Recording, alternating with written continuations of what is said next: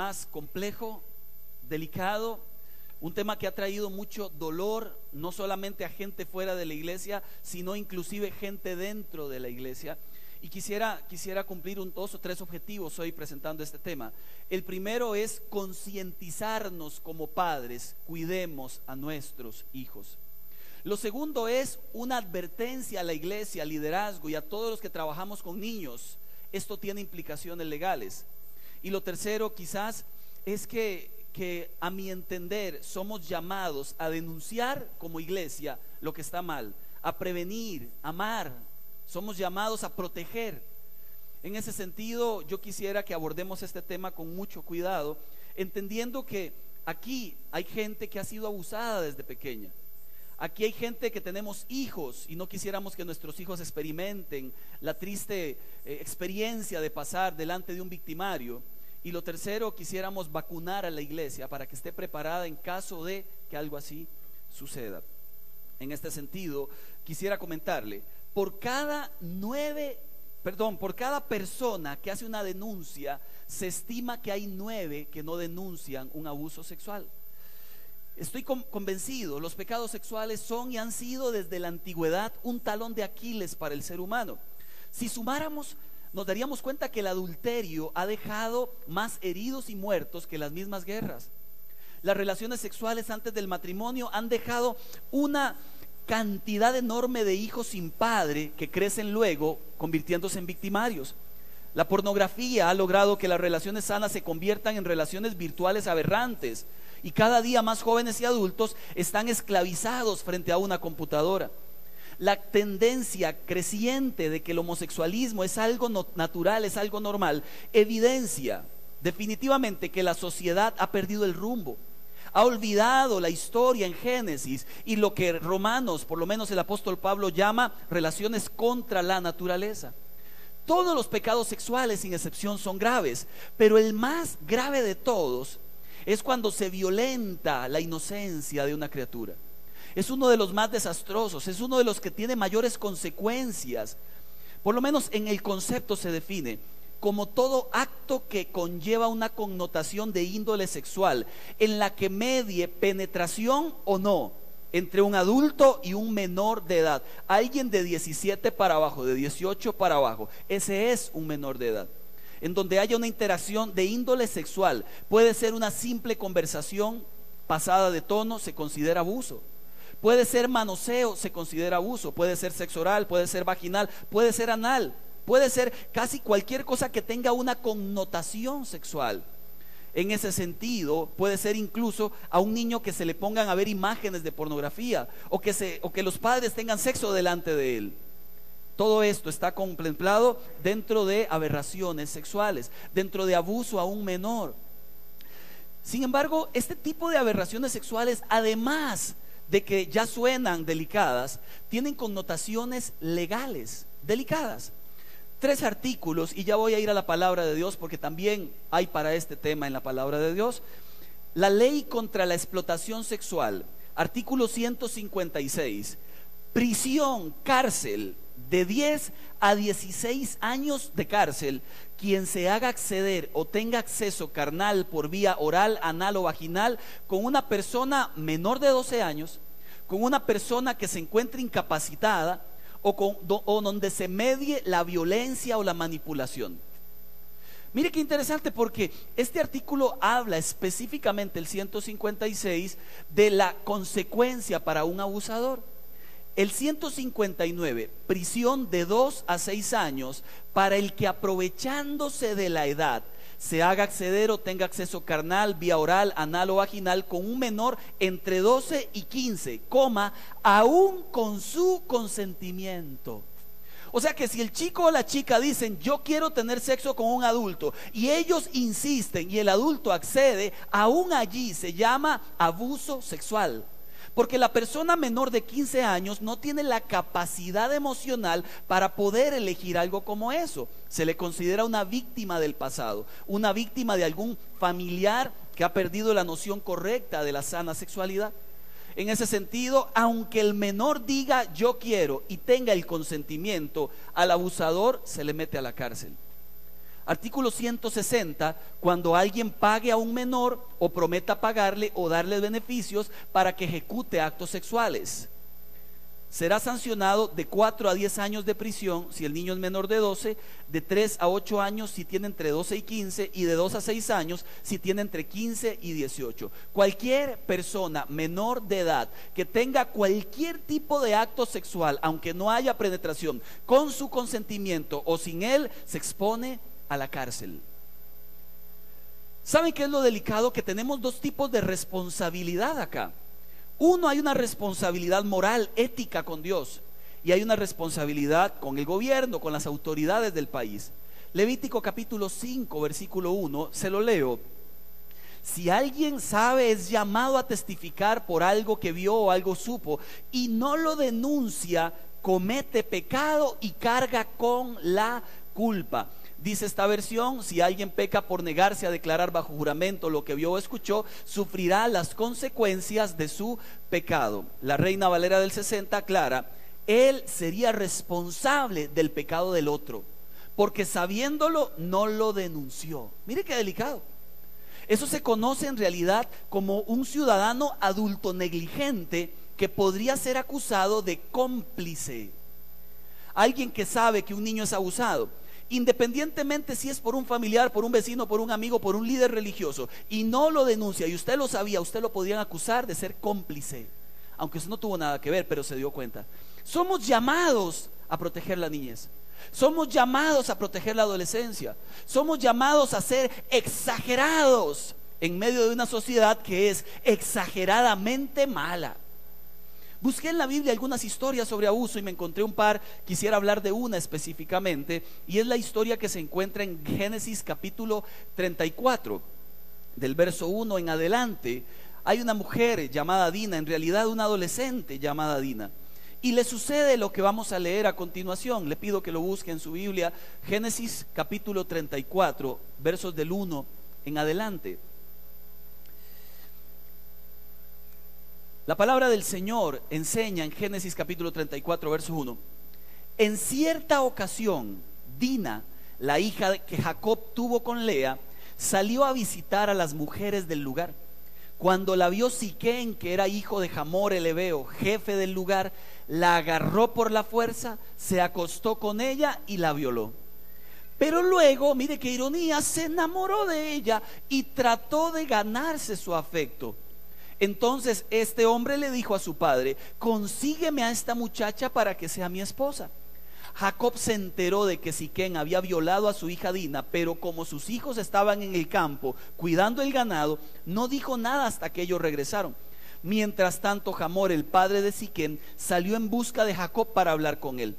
Cuando los hijos de Jacob volvieron del campo y se enteraron de lo sucedido, quedaron muy dolidos y a la vez llenos de ira.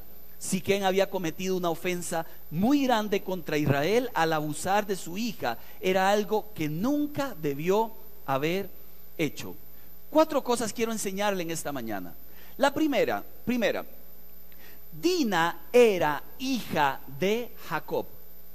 Jacob es uno de los patriarcas de la historia. Es un hombre de Dios, es una persona que Dios usó, de la cual se crea Israel y salen todos los descendientes. Es una de las historias más prominentes que hay en la Biblia. Sin embargo, me hace creer que si le pasó a la hija de él, esto es algo que le puede pasar a cualquiera, sea creyente, no sea creyente, porque el abuso sexual no respeta clase social, no respeta religión.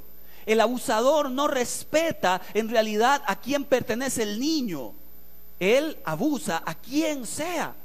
Y nosotros somos gente de iglesia que amamos a Dios, pero podríamos tener en la familia, podríamos tener en el vecindario, podría incluso en la iglesia haber alguien que no esté respetando los límites de esta vida.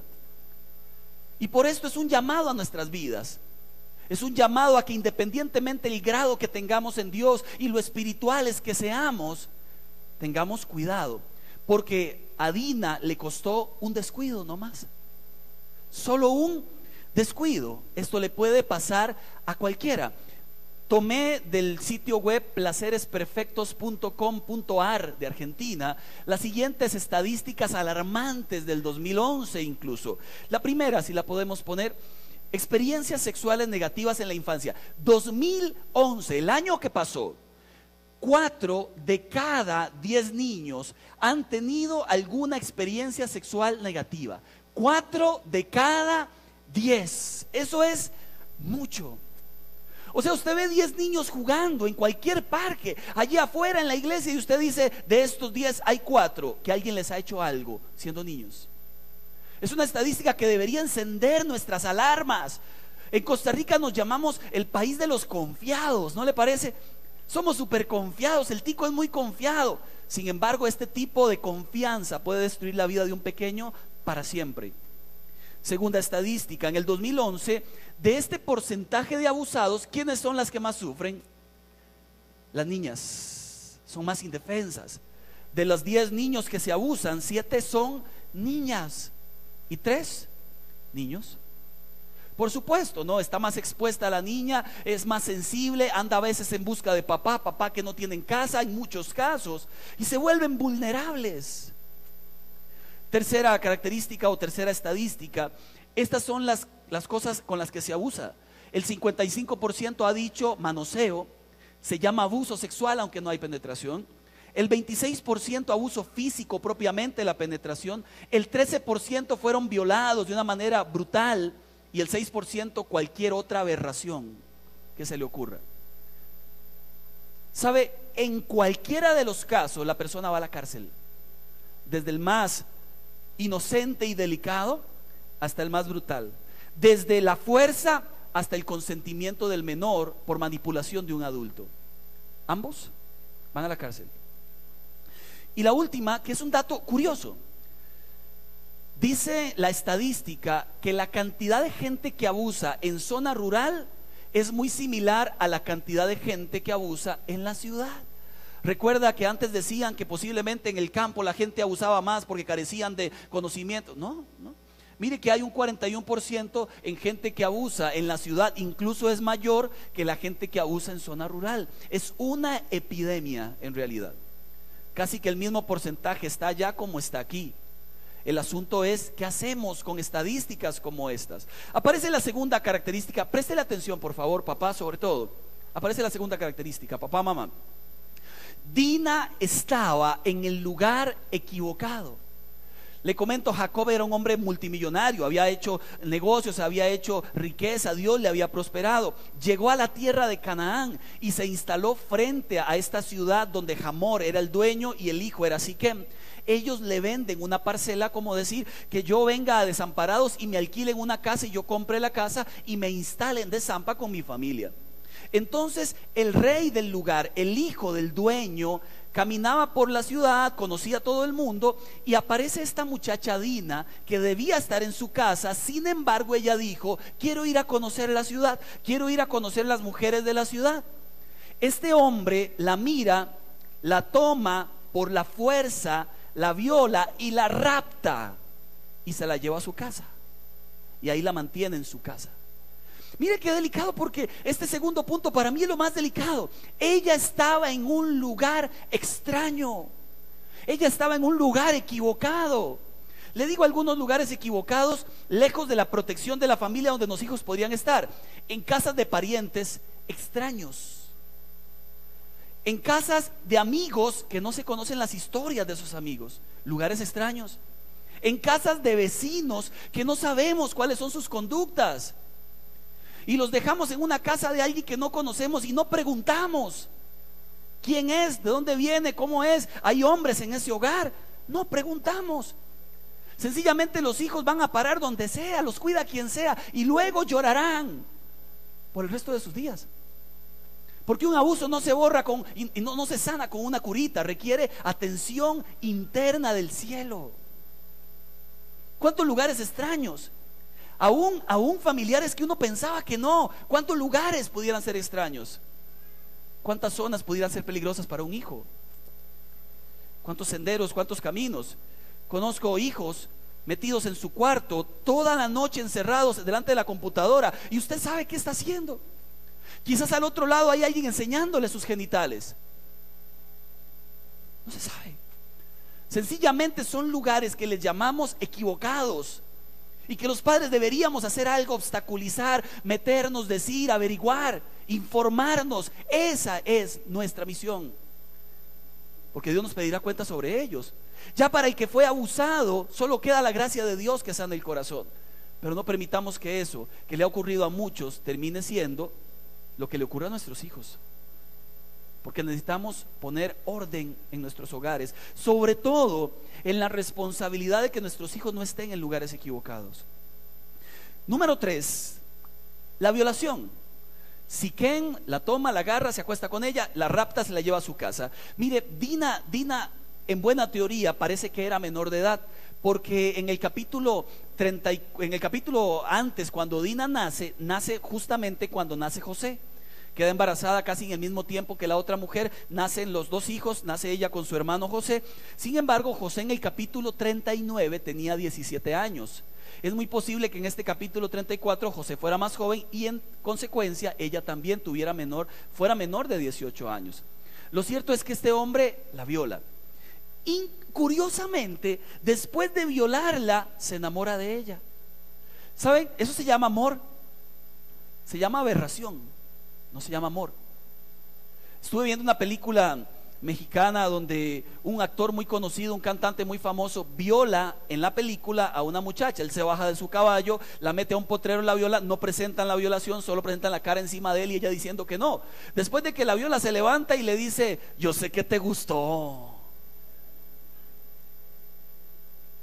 Para mí eso fue asqueroso. Luego ella se levanta, llega a hablar con la amiga: y me violó, ¿y qué te pareció? Bueno, sí me gustó porque lo amo. Es el concepto, perdón la palabra, asqueroso de una relación sana. Lo que está diciendo la película es: a la mujer le gusta que la violen. Es mentira. Eso nace en el infierno, es mentira. ¿Cuál niña de 5 o 6 años pide ser abusada? Es mentira. Se llama diablo, que ha metido sus manos en el pensamiento del ser humano y que ya parece que eso no asusta. Debería seguirnos asustando. ¿Quiero asustarle hoy con la enseñanza? Pues no, y sí. No, porque la idea es un asunto de responsabilidad, y sí, para que cuidemos a nuestros hijos, porque nosotros no los cuidamos, ¿quién los va a cuidar? Mira algunas características muy delicadas. Un aspecto grave era que el pueblo de Dios se emparentara con otros pueblos, porque se contaminaba la religión, se contaminaba el servicio a Dios. Los otros pueblos venían con sus dioses, inmediatamente había un choque en torno a las creencias. Dios prohibió que se emparentara. No solamente este pueblo no era el pueblo de Dios, sino que viola, deshonra a la hija de ellos. El otro dato delicado es que la deshonra es pública, porque la viola y la mete a su casa y todo el pueblo se da cuenta. Se la llevó, ahora la van a pedir como esposa. Es un descaro. Ni siquiera él tiene el valor de ir a pedirla, no, manda el papá. Y el papá, en lugar de denunciar a su hijo agresor, ¿qué es lo que hace? Mire, por favor, que si se la pueden dar como esposa, si él la ama. Papá alcahueta, que tenía que haber denunciado, debía hacerlo, era su responsabilidad. Quisiera hablarle de las características de un abusador. La primera característica, y es la más delicada de todas, es que un abusador nunca parece abusador. No es el tipo que tiene la lengua afuera, los ojos torcidos y anda viendo a todas las chiquitas del mundo. El abusador es el que menos usted imagina que es. Y eso es lo delicado con esta historia de los abusos, que la gente lo deja con un primo porque jamás parecía, lo deja con un tío porque jamás parecía, lo deja con un abuelo porque jamás parecía, y no pusieron límites, y no le explicaron al hijo, y no le formaron. Y el hijo, por inocencia, juega los juegos de la persona en depravación. Nunca aparece. Busca el verso 19 del capítulo 34 de Génesis, por favor, porque en este verso 19 del capítulo 34 hay una clave fundamental para hablar de estas cosas. Dice la Biblia: y tan enamorado estaba Siquem de la hija de Jacob, que no demoró en circuncidarse. Ya le explico por qué. Como Siquem era el hombre más respetado de la familia, Era la persona que tenía una postura impresionante. Nadie podía dudar de él. Era un hombre de prestigio en la familia. Era el último que podía parecer un violador, un abusador. Él no parecía, tenía carita de yo no fui. ¿Qué quisiera despertar yo? Una desconfianza santa. Y que cuidemos más a nuestros hijos. ¿Sabe? Dice la Biblia que él cree que se enamora de ella.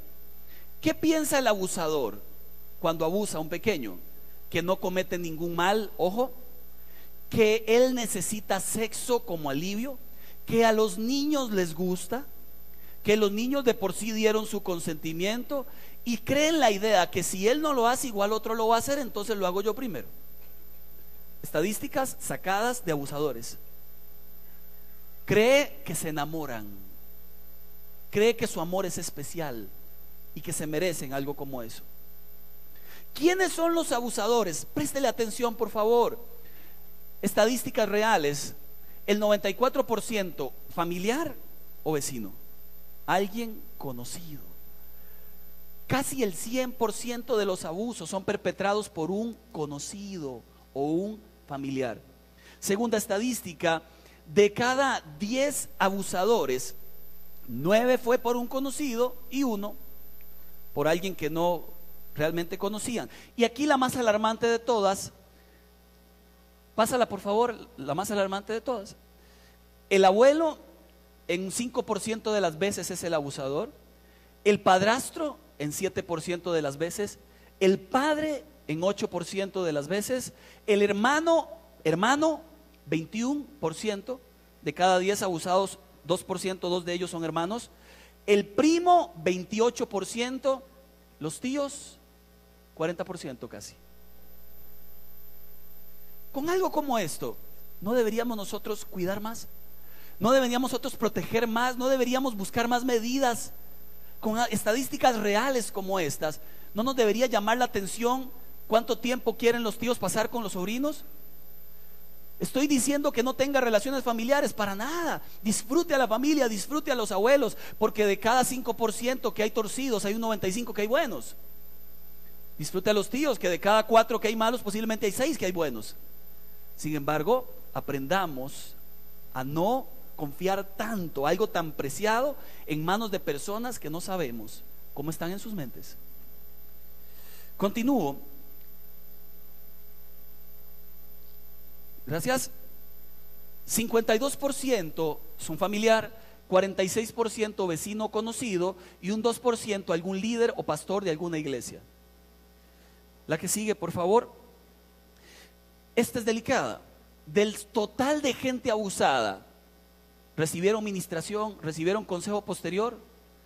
4,5 dijeron sí, 5,5 dijeron no.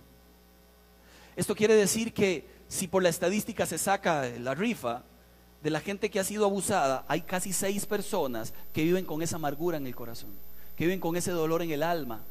Lo peligroso de algo como esto, de los abusos como estos, es que si la persona no le permite a Dios sanarlo, esto le traerá consecuencias en toda su vida completa. Y aquí vienen las consecuencias. Número 4, punto 4, la palabra dina en hebreo significa la juzgada, justicia, sentenciada. Le digo por qué. Cuando los hermanos se dan cuenta de lo que hace este hombre Siquén y que la tiene en su casa, los hermanos se enojan, pero actúan con maldad, pero despacio. El papá llega y dice: mi hijo quiere a la hija de ustedes, a la hermana de ustedes por esposa. Se la dan, ellos dicen: no podemos, porque ustedes no son de nuestro pueblo, a menos que todo el pueblo se circuncide. Esto es cortar el prepucio del pene. El hombre dice: bueno, ya sí, la única manera en que emparentemos de que ustedes se hagan como si fuéramos judíos. El papá, el hijo, se reúnen con todo el pueblo y les dicen: vean, gente, queremos emparentar con esa familia tan bella de Israel, y ellos lo único que nos piden es que nos circuncidemos. ¿No la jugamos? Y todo el mundo: amén, amén. Bueno, allí mismo se circuncidaron. La circuncisión de aquel tiempo, según entiendo, no es como la de ahora. donde usted va a una sala quirúrgica, todo esterilizado, aparece el doctor con la batita y aparece la persona, le duermen de aquí para abajo, cortan con un bisturí, cosen perfectamente y luego de un tiempo la persona se recupera sin ningún problema. Antes habían piedras afiladas, que era con lo que se cortaba. No hay estadística como que hubiera anestesia. Lo que la gente hacía era a veces drogarse para no sentir tanto o tomar un montón. Se cortaban con la piedra afilada. No sé de qué manera se sostenía para que no se terminara de despegar, o si lo amarraban y lo cosían a la fuerza.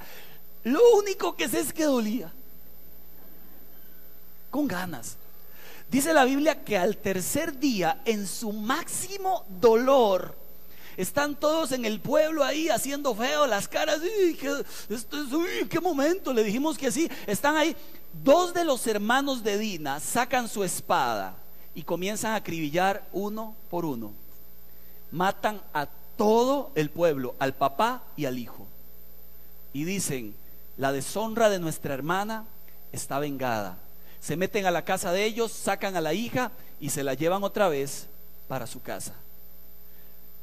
Toman el botín, toman las mujeres. Hay un descalabro en la ciudad y ellos se hacen odiosos ante todos los pueblos del mundo, porque les rentaron un lugar y ellos terminaron matando a los hombres del lugar. Merecido, no merecido, no estamos hablando de eso. Consecuencias siempre van a haber. Sea que Dios lo descubra, o sea que alguien le descubra, o sea que la persona piense que nadie le va a descubrir, consecuencias siempre van a haber, porque nadie se brinca la justicia del cielo. Nadie, sin excepción. En ese sentido, hay 4 tipos de consecuencias. Préstele atención, porque tal vez usted esté viviendo con alguna de ellas todavía. Las primeras consecuencias es el acomodo, o lo que se conoce como acomodo. Son las respuestas que los sobrevivientes a abuso terminan desarrollando. Uno, el secreto. No lo cuentan por años y eso les carcome la vida. El salmista David decía: mientras callé, mis huesos se fueron secando, hasta que hablé, hasta que conté. Lo segundo es la impotencia. Hay una impotencia que se cierne en medio de la vida, que ha sido abusada, que no sabe qué hacer, que fue tan feo la experiencia que ahora no sabe cómo enfrentarla. Lo tercero, hay un atrapamiento y un acomodo. La persona, incluso la víctima, termina buscando al abusador porque cree que también se enamora, porque también sintió placer y se culpa por haber sentido placer. Y lógico que sintiera placer. Si los cuerpos son para el placer, tienen placer si los tocan. Luego, cuando se anima, lo cuenta, es la divulgación, y luego se retracta, porque ¿en qué tortón me meto si lo sigo contando? Hay consecuencias de acomodo. Hay consecuencias cognitivas. Se distorsiona el concepto de confianza. Ya no quieren confiar en nadie y les asusta la idea de que les vuelva a pasar. Se distorsiona el concepto de privacidad. Esto que era mío, esto que era puro, lo han tirado por el suelo. Se distorsiona el concepto de amor. Para ellos, amor es sexo, porque han crecido creyendo que el amor es un acto sexual. Se distorsiona el concepto de sexualidad. Pierden identidad y ya el hombre cree que es homosexual y la mujer cree que es lesbiana. Porque la mujer que ha sido abusada, muchas de ellas terminan aborreciendo al hombre, y otras terminan metiéndose en relaciones de promiscuidad una vez y otra vez y otra vez y otra vez, y no terminan de amar a nadie, porque ellas no se sienten amadas a sí mismas. Distorsionan el concepto del cuerpo, de hombre, de mujer. Consecuencias emocionales: tienen una búsqueda de amor insatisfecha, sus sentimientos se desvalorizan, pierde el control de su vida, se sienten amados, amadas por lo que hacen, no por lo que son. Se consideran propiedad de otros y viven con estas cosas, con mucha ira, con mucha soledad, con mucha culpa, con mucho miedo, con mucho dolor, y algunas personas piensan en suicidio. ¿Se da cuenta que el abuso no es cosa fácil? Además, están las consecuencias conductuales. La persona se aísla para sobrevivir, tiene conductas autodestructivas, los vicios, algunos las drogas, otros el licor, otros el sexo como si fuera una droga para sanar el corazón, en teoría. Enojo explosivo, insomnio, dolores crónicos, atracción hacia el mismo sexo. Por lo menos se triplicó en los hombres, se duplica en las mujeres que han sido víctimas de abuso sexual. ¿De qué estoy hablando? Hay una historia que debemos evitar en nuestros hogares. Hay una historia por la que hay que hacer algo, por la que hay que pelear, por la que hay que luchar. Hay una historia que se vivió en algún momento y que no podemos permitir que nuestros hijos la repitan. Sin embargo, somos nosotros los únicos responsables de que esto no ocurra. ¿Cómo ayudar? ¿Cómo prevenir? Le digo cómo ayudar. Cuando un niño hable, créale. Dicen los estudiosos del tema que cuando un niño cuenta de un abuso, no está mintiendo. Cuando un niño cuenta de un abuso, no está exagerando. Algo ha visto, algo sabe, algo le hicieron o algo le pusieron a hacer para que él se anime a contar. Desde el momento en que usted le corta, desde el momento en que usted piensa que no o le insinúa, usted está mintiendo, ¿qué le pasa? Usted está loco, degenerado, quién sabe qué está viendo. Posiblemente le va a bloquear para que él no lo intente contar. Estaba en Alajuelita, era pastor de jóvenes hace años atrás. Tenía 2, 3 años de ser pastor de jóvenes. Una señora llega a la iglesia profundamente dolida, llorando, con su niña de 5 años en la mano. Tiene más niños que los dejó con una amiga mientras me cuenta su historia. Me dice: yo voy a una iglesia cerca de esta. Hay una mujer de la iglesia que tuvo un sueño y me lo contó. La mujer de la iglesia me dijo: mientras yo estaba orando, vi cómo su esposo se metía al cuarto de su hija y la abusaba. Yo no sé si creerlo, yo no sé si no creerlo. Le he preguntado a mi hija, ella no dice nada. Viven en un rancho, en un precario en Alajuelita. Es posible porque el esposo se emborracha, se queda en la casa mientras la señora sale a trabajar y la hija la cuida a él. Es posible. Tiene más hijos en realidad. Nos metemos a la oficina, la señora está devastada. Le dice: mi amor, hable. Él sí la puede defender, hable, él sí la puede escuchar. Yo le pregunto: ¿cómo te llamas? Me dice su nombre. La segunda pregunta que le hago: ¿quieres mucho a tu papito? ¿Dónde está él? Ella me dice: sí, hace cosas que no te gustan. Dice: todos los días. Contó la primera y la señora comenzó a llorar. Yo la detuve y le digo: esto es denuncia, esto es cárcel. La señora dijo: no lo haría porque amo a mi esposo. Le digo: usted tiene que defender a la víctima. La víctima es su hija, y si no lo hace usted, pongo la denuncia yo. ¿Qué voy a hacer sin él? Y le dije: ser feliz. Ahora preguntémosle a las demás hijas si ha estado haciendo lo mismo.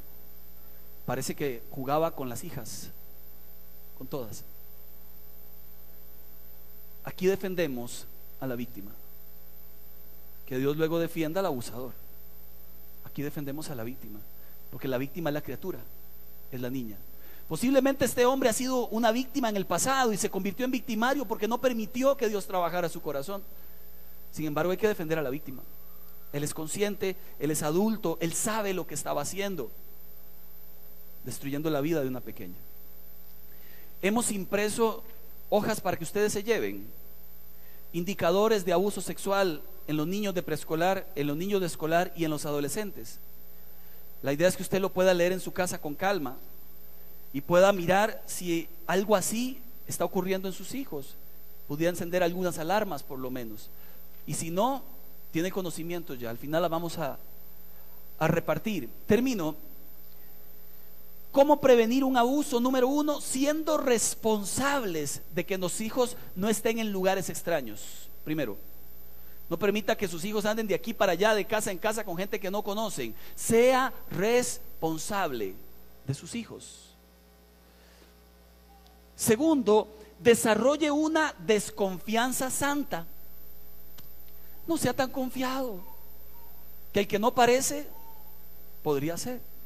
Desarrolle una desconfianza santa. No preste a sus hijos, que no es una bola de fútbol ni es un muñeco de trapo, es un ser humano que hay que cuidar. 3, enseñe a sus hijos sobre sexualidad. Siéntese con ellos, explíquele lo que hace la gente adulta mal, explíquele para que tenga herramientas de defensa, para que grite, para que patee, para que corra, para que cuente lo que alguien le insinúa. Si tan solo los chicos estuvieran afilados para que cuenten. Miras qué raro, hablé con tal persona, inmediatamente me dijo tal pregunta. Ya uno comienza a cazar quién anda con una historia rara. Pero debemos formarles a ellos para que hablen y cuenten su historia. Número 4, quite los mitos y las mentiras acerca del abuso. Bueno, eso a mi familia no le ha pasado. No sabe usted, quizás, si es uno de los que no cuentan la historia. Número 6, exponga al abusador y defendamos a las víctimas. Le digo la 7 con la historia de Dina. Cuando ellos sacan a Dina de la casa, porque estaba raptada, la sacan de la casa y la pasan de una casa a otra casa. Pero ¿quién la saca de la cárcel de su corazón? Porque ellos lo que hicieron fue solo un traslado físico. La sacaron de aquí para ponerla allá, pero iba con el dolor que le dejaron acá. Ahí entra el número 7. Si usted fue víctima de abuso, permita que Dios restaure su corazón. Hay que perdonar, pero el perdón no restaura la confianza. Usted debe perdonar, pero nadie le está diciendo vuelva a la par de quien le abusó. Todo lo contrario. Perdone por un asunto de sanidad suya. Permita que a Dios saque las cosas que no sirven en la vida, pero no vuelva a estar a la par ni a kilómetros de aquel que le abusó, de aquel que se aprovechó de la inocencia, de aquel que le ha hecho creer que usted debía vivir en una cárcel de mentira y sexualidad. Perdón es el camino.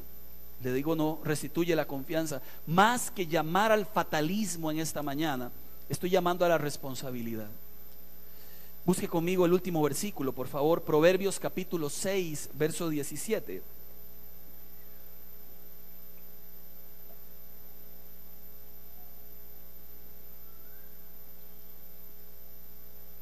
Proverbios capítulo 6, verso 17. Dice la palabra de Dios: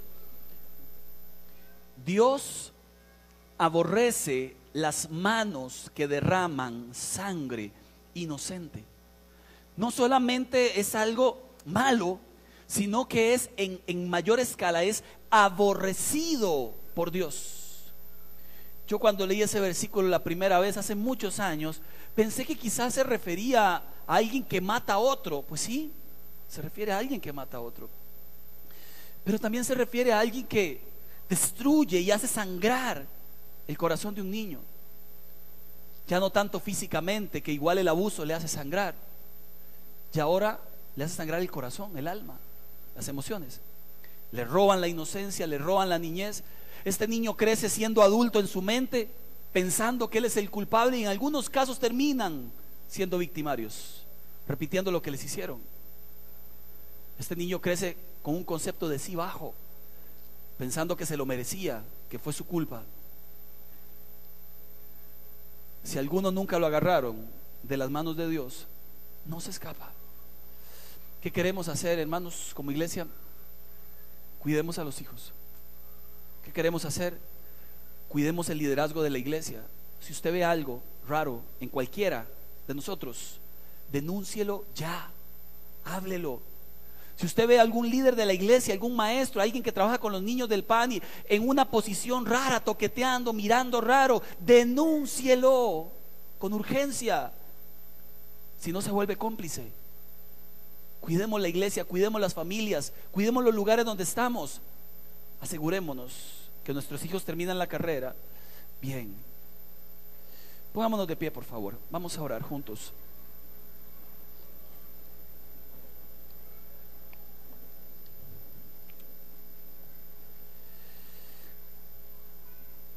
Voy a hablarle a 3 tipos de personas hoy.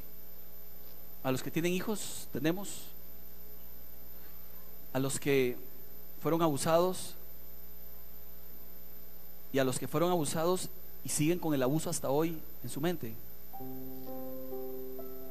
Que Dios nos ayude. Le invito a que cierre sus ojos, por favor. Señor, este no termina de ser un tema sensible. porque estamos hablando de seres humanos, de pequeñitos. Muchos de nosotros que también fuimos pequeños, algo como esto entendemos es devastante. Es un dolor inconcebible, es una amargura interna, un desprecio hacia la vida propia por la aberración de una otra persona. En el nombre de Jesús quisiera orar por aquellos que en su niñez fueron abusados, abusadas, por aquellos que les robaron su identidad, su intimidad, por aquellos que les golpearon la confianza y les destruyeron sus vidas, sus corazones, para que tú vuelvas a construir corazones nuevos, Señor. Orar por aquellos que han crecido con una mentira en su alma, pensando que no valen, que su cuerpo es solamente para el sexo. Quisiera orar por aquellos que aún se llegaron a asquear de sí mismos, como si hubiera sido culpa de ellos. Quisiera orar por aquellos, Señor, que se levantan cada mañana pensando en qué será de mí el día de mañana, que viven en soledades, que cuando llegan delante de los demás se cubren con una sonrisa, pero en lo interno, Señor, lloran. Quisiera orar por aquellos, Señor, que han sufrido en silencio por años, para que saques ese dolor de sus corazones y les permitas volver a sonreír y les des un futuro nuevo, deseable, un futuro diferente, Señor. Quiero orar por aquellos, Señor, y aquellas que hasta hoy viven sumergidos en dolor, para que sanes sus corazones en el nombre de Jesús.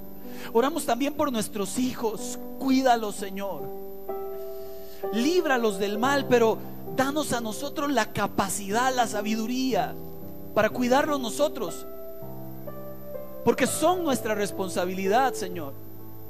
Y a veces pensamos tanto en lo nuestro que nos olvidamos de cuidarlos. Pensamos tanto en que tenemos que descansar, que los dejamos con quien sea y no nos damos cuenta, Señor, con quién están.